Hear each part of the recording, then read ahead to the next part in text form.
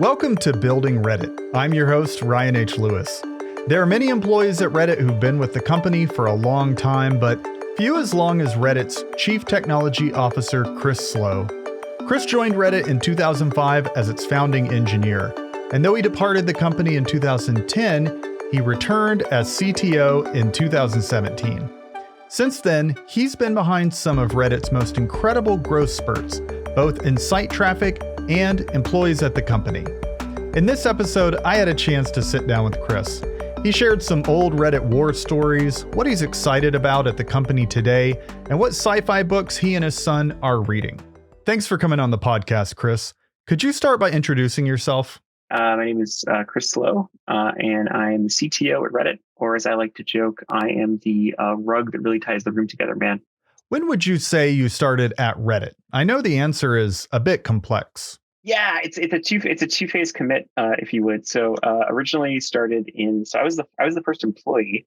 So my start date I think is sometime in October of 2005, give or take. And then my original tenure was from October of 05 until October of 10. And then came back, did some consulting starting in about middle of 15, and then came back full time on January 4th of 2016. So now at the was 7-year mark now, but they're definitely dog years. I guess that means there's been a lot to do. So what are you responsible for as the CTO? Oh boy. So I think that if you look on paper, I have, the whole chunk of the consumer engineering and tech team somehow reports up to me. Ends up being about 1,000 people right now. That's, goes all the way from infrastructure, consumer engineering, data science, security. I've got user safety. I've got IT. Or more to the point, I don't have any of them. I have fantastic leaders who run all those functions and somehow report to me.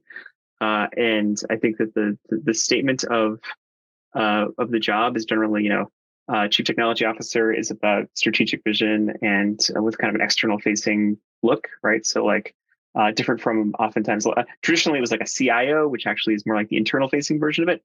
So I guess I'm supposed to get up on stage and do stump speeches, but also like to talk about tech, help lead strategic direction, work on architecture, kind of all of those things. Like I'm also, I guess, I used to have a joke that, an engineering manager is like a meta engineer. And so if you look at how many layers I have, I think that makes me like a meta engineer now. So nothing actually productive is the main point. So let's talk about Reddit. One of the funnest events of every year is whatever Reddit does for April Fool's Day, April 1st. Were there any things that Reddit did before you left in 2010? And what has been your favorite so far? I gotta rack my brain because I remember doing things before April Fool's in 2010, but I can't remember what they were because they were just a lot more muted. Like there were a lot more subdued projects. And like one of the first ones that we did that I don't remember what year it was. It might have actually been 10, but I think it was before. Was we actually pretended that we accidentally released the admin toolkit to the entire community. And so we added it was just basically close to the mod kit at the time. And so we gave everybody removal buttons, just like as if they were a mod. And we actually created extra ones. Like we had ban, super ban, ultra ban, and like ninja ban. And we didn't explain what any of them did, but we just kind of like created the set. And so for a very long time, there's a meme on Reddit about ninja ban as a thing. That goes pretty far back. I think in terms of it's like if we're going to talk about my favorite one though is like, oh man, I can't not talk about the 2017 Our Place. Not to say that this year's wasn't great, but like the original one was just so fantastic to watch happen and unfold. What was special about Our Place in 2017 compared to 2022's event? Yeah, the main concern was actually to some extent that it was the moderation side, right? It was like that we didn't really know if we could moderate it, how to moderate it, how much we needed to moderate it.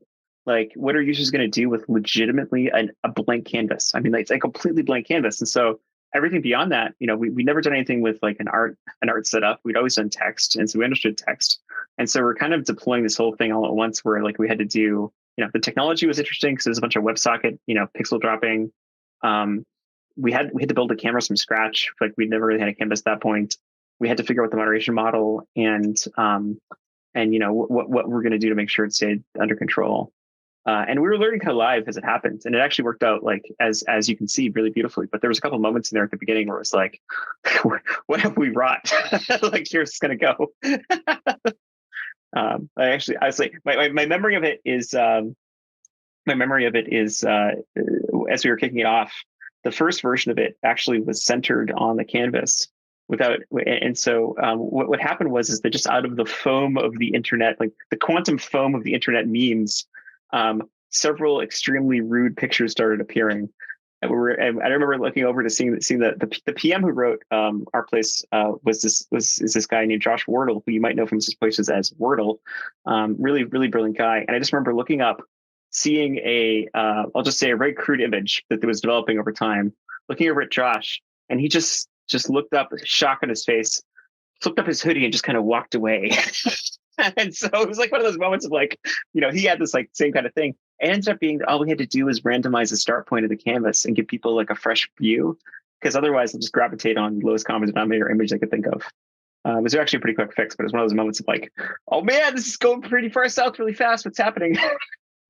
So, what are the traits that you think make a good engineer at Reddit? Okay, I have a lot of ideas in this one. I'd just say to start with, like general engineer, to some extent, it does depend on what kind of engineer we're talking about. So I'll probably end up biasing more towards like typical software engineer, sort of SWE, doesn't matter what platform, not to sideline our SRE friends or any of the other specializations that happen. There has to be either a built-in kind of love of technology, or actually a deep-seated hatred of technology, but wanting to bend it to your will. It manifests the same way, right? Really wanting to be able to manifest, what you want on a computer. I used to joke when I was actually hands-on in engineering, it's like, software engineering is it's a creative act where you're constantly taught again and again that you can't think logically, provable by a computer. So that kind of, that's a big part of it. I think that one thing I always look for in the characters of a good software engineer is honestly a fair dose of humility. Which I find is typically also very closely tied to curiosity. Right? If you're going to be able to progress in your craft, you have to know your own limits, and you have to be able to tell them and be able to exceed them with your own natural curiosity. It also helps with things like making sure you can develop a really good team. If you have a bunch of people who are kind of like humble experts, that's like the best situation you ever have. I've also seen that there's a well-known I think it's Dunning-Kruger. It's like the this well-known artifact of the way that we act as humans, where your level of confidence with time is highly variable, and it's time on any given project. And the way it works out is that there's initially, when you come onto a new project, you'll find that the first thing your first reaction is like, oh yeah, this is like totally easy. And so you come in and immediately have this giant high confidence, like, oh, this is trivial. What are you talking about? And then you realize how hard it actually is. And so you fall off that peak into this, usually they call that peak Mount Stupid. And then when you learn a little bit past Mount Stupid, you end up in what is called the pit of despair of like, oh, this is impossible. I can never do this. And then you spend the rest of your time like trying to climb back up to the same level of confidence. And so I think that the quicker you can get past that hump, the better, and work. And then I'd say in terms of like by level to some extent, like love of engineering and love of the work gets you started. And then for characters to look for at the different levels, like senior engineer, you have to be able to like be autonomous and get things done, and just kind of be able to potentially brute force things, your way to success, with some good instincts about the architecture and what you should be doing. Staff engineer is where you start to get into like needing for leadership. And so that's where we start to look for, you have nothing but soft power, but you have to be able to take that soft power and turn it into other engineers kind of following you, even if they don't have to. You're not in the management chain, you can't dictate, but you can upset direction. And then principal is like that kind of on steroids, right? It's like principal engineer is, your scope has to be beyond your team to like potentially the entire org to help set the tone. With those different levels of engineers, does the size of an organization drive the need for more higher level engineers? Yeah, I think to some extent it does. And I think that also applies just as well to management levels with a startup, right? So like as the company's developing, for example, when you only have a startup of 50 people, it doesn't make sense to have a VP of engineering who can handle a team of 1,000, right? Like if anything, like being able to handle 1,000 people is distinct as a specialization to some extent than being able to handle 50. And I think it's also true for this, for the sake of the engineering team, right? Smaller team, everyone naturally kind of has to be, uh, everyone has to have kind of a high impact. Otherwise, your startup's probably failed. Whereas the larger team, you just can't have everyone know what everyone else is doing, and so you have to rely much more on a little bit of structure, but also like the right level of autonomy. It's not to say that people can't be autonomous in a larger company. It's just a lot harder because there's just more people to bump into along the way, right? And so it means you have to be able to navigate that stream, as opposed to in a startup or in a smaller team where it's like, you better know what you're working on, because if you don't, no one else is going to do it. And then finding that in between. So, what are you the most excited about at Reddit right now? Oh, I mean, like, I just feel like that. Honestly, on the product and the evolution side, I just our model hasn't changed in forever. We've always had this kind of community based model. We've always had a model where we say that like we care about the content more than we care about the than anything else, and kind of content is king, and we don't care about the person, we don't care about influencers, we don't care about any of that stuff. And for a very long time, that made us like the contrarians in the social space. Like even to the point where I used to make jokes that like Reddit, I wouldn't even consider Reddit to be social. It's like antisocial in fact. It's like, well, who are you? That's right. I want to read stuff. Give me the jokes, give me the memes. And it's been kind of gratifying to watch that model proven out now over we're almost 18 years, and it's still working, and it still scales, and it still goes in the right direction, and it generally leads to pound for pound, it leads to a lot more positive experience than you see in a lot of the other toxic areas of the internet at this point. So you've had a long career at Reddit, from the founding engineer all the way to the CTO.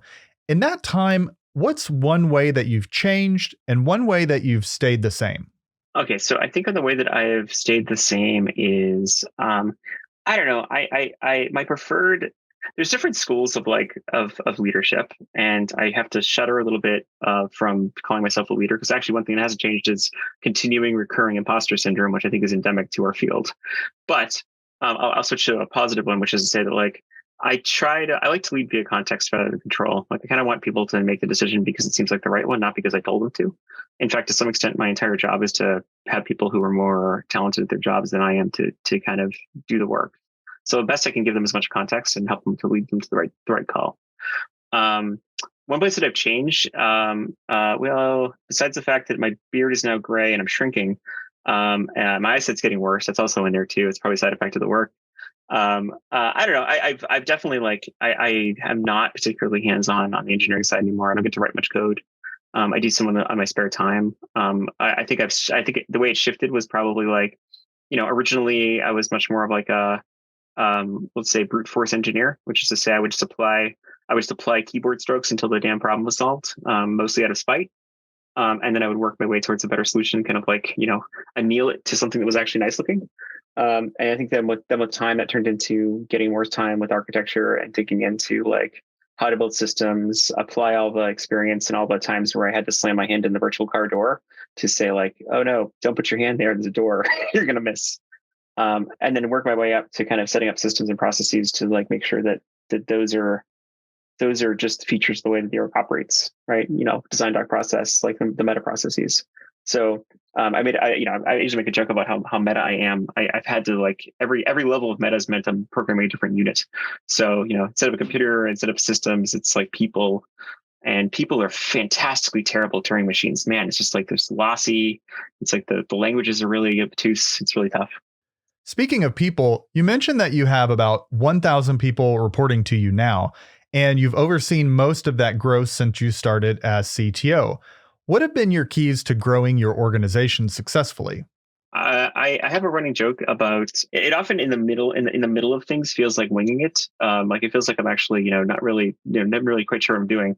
But actually, I think that experience and like having being able to apply patterns from the past means that like we're all kind of winging it. We're just like progressively winging it with style, right? We're making the right calls because ap- appeal to authority is sometimes okay because that usually covers a whole bunch of personal experience that you can use to extrapolate the current situation.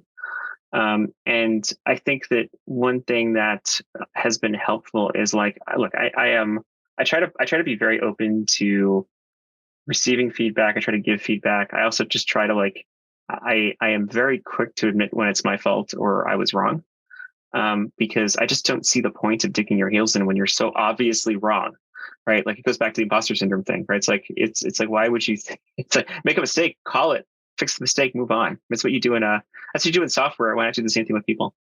I also tend to just be like as honest as I possibly can be. I don't have a lot of energy for machinations. I have a running joke there too about like, I usually tell the truth because I don't have time to keep track of my lies. So, just might as well like just be honest and transparent and just kind of keep going. And I think above all, like the theme there is probably something like authentic. I don't know. Self-deprecating usually leaks out as well. I can't really help it. It's kind of the way I'm built. Are there any especially memorable moments that you've had in your career? I mean, I think I've got a lot of memorable moments of like, there've definitely been points in time where it's, especially when I was much more hands-on of like Reddit going down and like that moment of like, I wonder if it's going to come back up this time. Right. And so, our longest outage in the early days, we were out for more than 24 hours at one point because of a big Cassandra outage, which is a tough situation to have. We've also had some really killer migrations between tech. Like I was there during the initial migration from physical hardware into the cloud. It was back in 07 or 08. And so to some extent, like I think those are the ones that leave the scar tissue on the inside. You have to like use it's scar tissue on the inside is synonymous with experience. It's like, it's not that I am trying to be the old man in the rocking chair on the front porch saying, get off my lawn, don't do that. But like sometimes it's because the pattern is visible that you're heading the same direction. But yeah, that initial outage, the quick one on that outage, the one that I was usually bring up is the 24-hour outage. Was we had just been experimenting with Cassandra for the first time. We had a very small ring of about I must say three or five nodes, some really small token ring, and we had it the entire time we were using it. We didn't realize we were running it behind a warm cache, or we knew we were, but we didn't internalize it that had some implications for load. And so basically, we dropped a memcache node. We just had like an instance fail. And we ended up with just the most spectacular case of thundering herd that I've ever seen. Like it was just we couldn't get any of our caches warmed up because anytime we would turn on any line of traffic, it would just take the whole thing down. And so we had to learn live how to warm the cache while trying to expand a Cassandra ring, never having done the latter thing, which was just harrowing. I will say that the person who did all of that work and who saved Reddit was actually David King, who is also employee number 3 and who's still at Reddit. He's a great engineer. That sounds like a lot to have to learn in just about 24 hours. Yeah, we know lack of sleep and adrenaline are a heck of a drug. So now that you're CTO and not as hands-on as you used to be, how do you keep up with changes in technology? I think I definitely cram in reading. I think I've always been a pretty active reader of Hacker News to start with, just to get kind of like, tech trends, summaries there, weird facts, stupid human tricks, and of course a fair amount of salt is usually mixed into it. It's an always interesting forum. I subscribe to Stratechery, which is which is a really great recurring blog that is a good summary of kind of like what's going on. I think I just generally tried to like I've just got a lot of stuff pinged at me. I'm in a couple of Slack groups where I get random interesting facts coming at me, and so I'd say it's probably a combination of about maybe call it 30% active seeking and about 60% osmosis, and then that doesn't add to 100%. The last 10% is just probably I don't know. I can't think of what the last 10% be. Not hacking anymore. Definitely, I don't have that much time anymore to do that. So when you're hearing about new tech, how do you evaluate when it's the right time to bring it into Reddit? Oh, I mean, to start with on that one, I think it's a mistake that I've remade a number of times is doing things that are too early, like too new, because it's not that I want to only operate on top of standards, but that standards are nice and stable.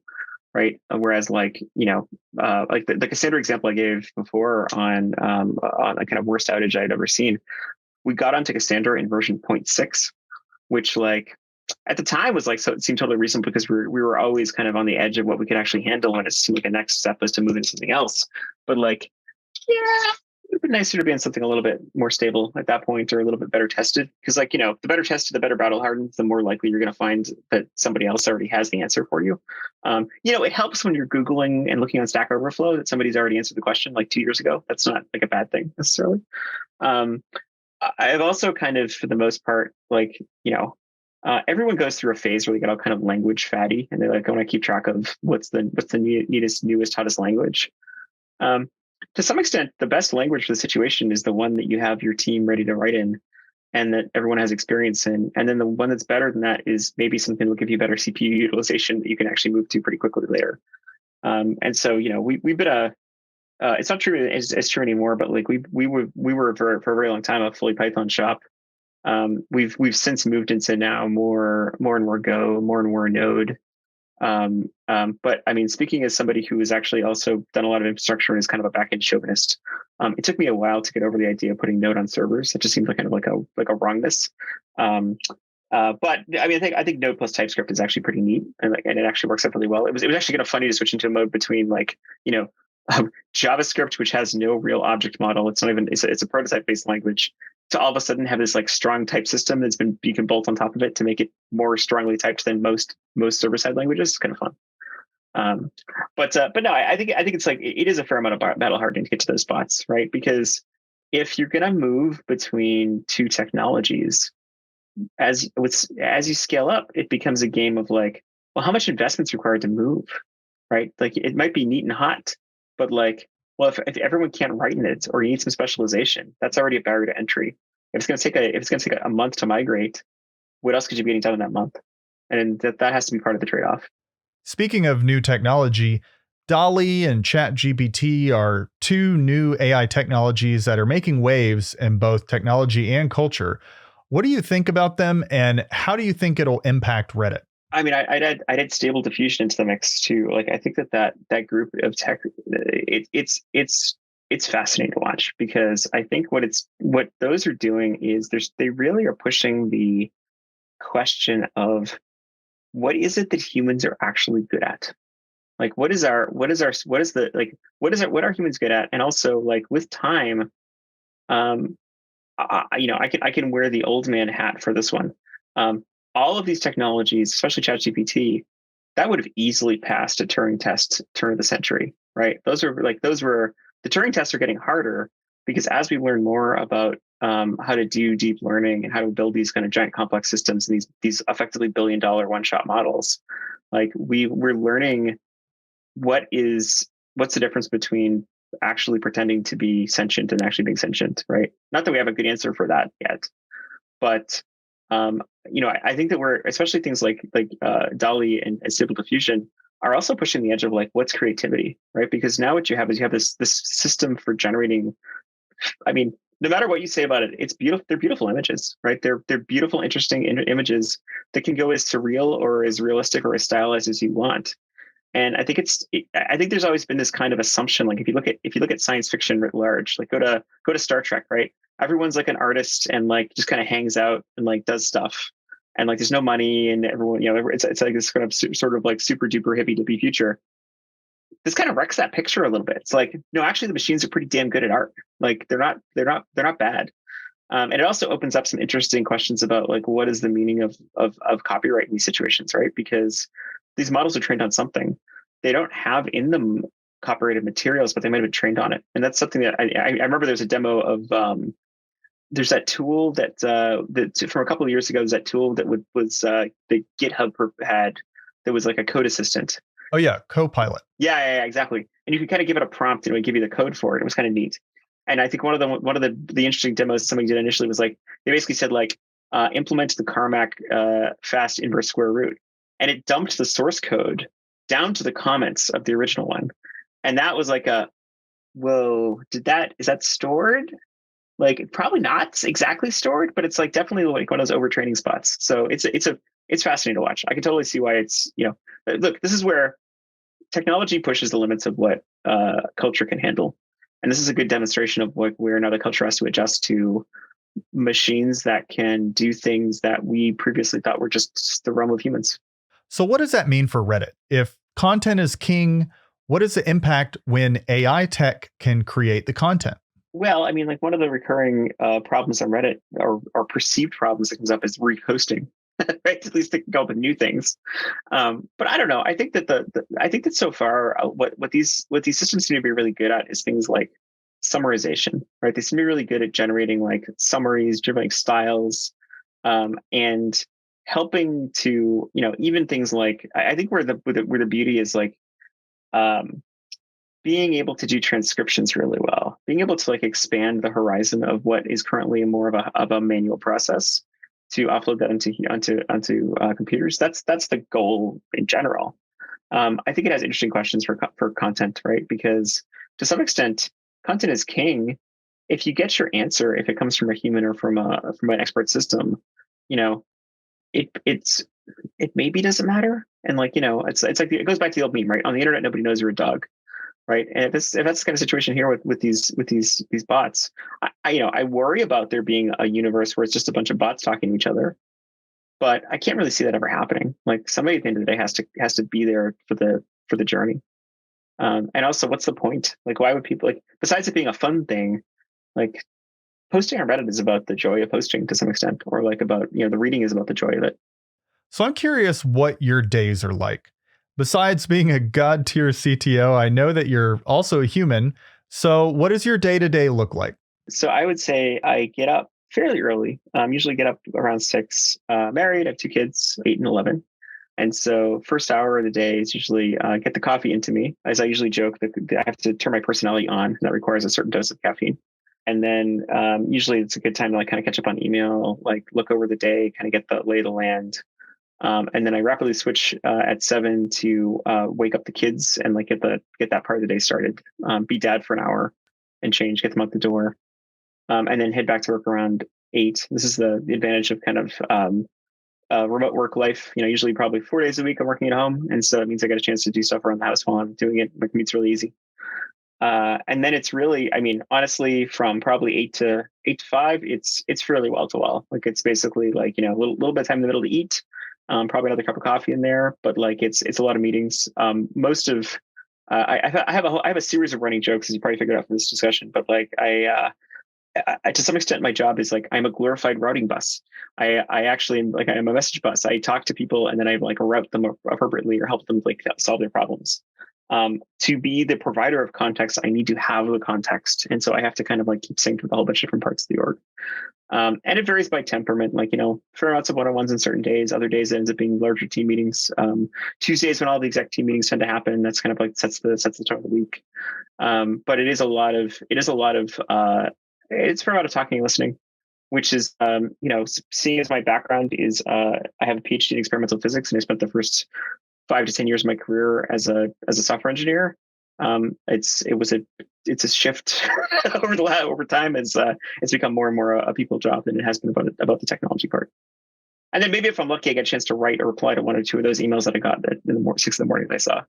With wall to wall meetings, do you use any tools or strategies to keep things straight, to remember everything that's going on? Yeah, one of the nice things is one of the nice things about remote for me is that what I used to do is I used to walk around with a literal physical book, like paper notebook, and just take notes as I went along. The idea being like, I remember stuff better if I write it down. But I found that one of the nice things about being remote all the time is I can actually type while I'm talking without really much of a problem. That was it was one of those things that got better with time as we all got used to remote work, and so I can actually take notes while we're going along. And so I have I have a fantastic chief of staff, and we basically live in the same dock at all times, and just kind of keep synced in that. And so it's a good way to like kind of pick out the gems and the turds, and figure out what we have to do with which one of them, next. And also just kind of like jot down ideas. No real structure, just open. It's effectively a long Google Doc that we just kind of keep hacking away at. Let's move on to some non-work topics now.